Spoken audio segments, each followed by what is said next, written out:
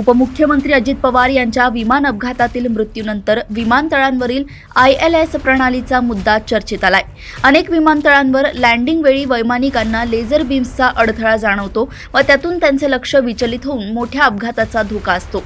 वर्षभरात देशातील 40 विमानतळांवर असे प्रकार घडले आहेत। DGCAच्या नियमावलीनुसार विमानतळांच्या परिसरात लेझर बीम वापरण्यास मनाई आहे। विमानतळांच्या आजूबाजूला लेझर बीमपासून संरक्षणासाठी प्रोटेक्टेड झोन निश्चित करण्यात येतात। मात्र अनेकदा वैमानिकांना बीम लाईटचा नकारात्मक अनुभव आलाय।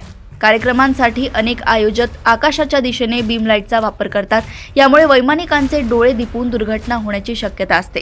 नागपूर आंतरराष्ट्रीय विमानतळावर वर्षभरात 2 घटनांची नोंद झाली। पोलिसांनी लेझर बीम बाबत निर्देश जारी केले आहेत। नागपूर विमानतळाच्या 15 किलोमीटर परिसरात सायंकाळी 6 ते सकाळी 6 या वेळेत प्रखर लाईट आकाशात सोडू नये असे आदेश आहेत। मात्र हे आदेश केवळ कागदांवरच आहेत।